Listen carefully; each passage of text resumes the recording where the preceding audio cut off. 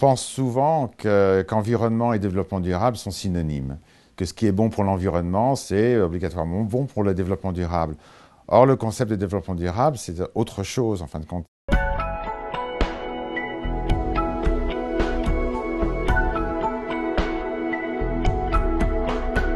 L'ouvrage, 20 ans après Rio et l'avant-goût de l'avenir, est un ouvrage sur les efforts de la communauté internationale de faire face aux doubles défis de protection de l'environnement et de promotion du développement durable. Après Rio en 92, il y a eu de l'espoir. On a créé de nouvelles institutions au niveau de l'ONU. On a adopté donc de nouveaux instruments juridiques. Les politiques, surtout dans les pays en développement, les politiques environnementales et en développement durable, se sont renforcées. D'un autre côté, on a vu de plus en plus aussi une certaine tension entre des préoccupations environnementales et les préoccupations de développement durable. Les deux ne sont pas nécessairement concomitantes. On a vu une diminution de l'aide au développement également, qui est donc une certaine frustration en termes de transfert des moyens qui permettraient aux pays en développement de faire face à leurs défis écologiques. On a vu l'aggravation de certains problèmes d'environnement, c'est-à-dire qu'on peut être très pessimiste 20 ans après. Beaucoup sont pessimistes parce qu'ils voient par exemple que la biodiversité continue de se dégrader, que depuis Rio, en fin de compte, la question des changements climatiques a pris une importance extraordinaire, que les océans sont toujours malades, et même plus malades qu'ils ne l'étaient en 92. Et donc, certains voient une dégradation du problème et se posent des questions sur la volonté vraiment de la communauté internationale de faire face à ces défis. Et puis, dans certains domaines, il y a eu des progrès véritables.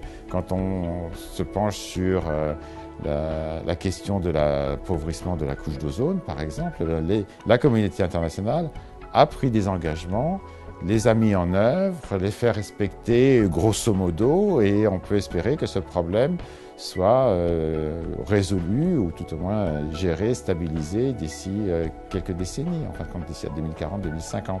Alors ceux qui sont pessimistes vont aussi souligner que certains principes qui avaient été adoptés même en 1972, la première grande conférence sur l'environnement, et puis réaffirmés en 1992, sont remis en cause par certains États. C'est vrai, mais d'un autre côté, ces principes n'ont pas été abandonnés.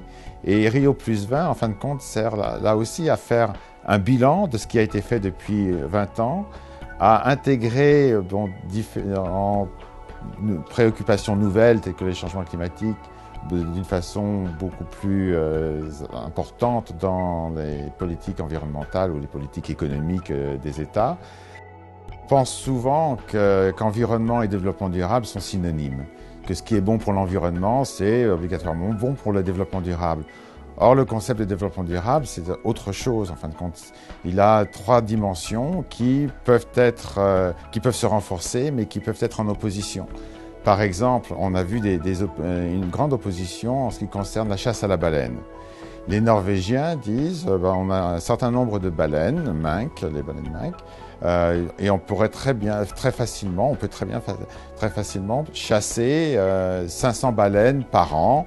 Cela permet de maintenir nos communautés de pêcheurs côtiers en activité sans nuire à la survie de l'espèce. Et à ceci peuvent s'opposer des environnementalistes, et c'est arrivé, qui disent mais non, la baleine est un animal supérieur qui a intrinsèquement le droit de vivre, qu'il faut protéger.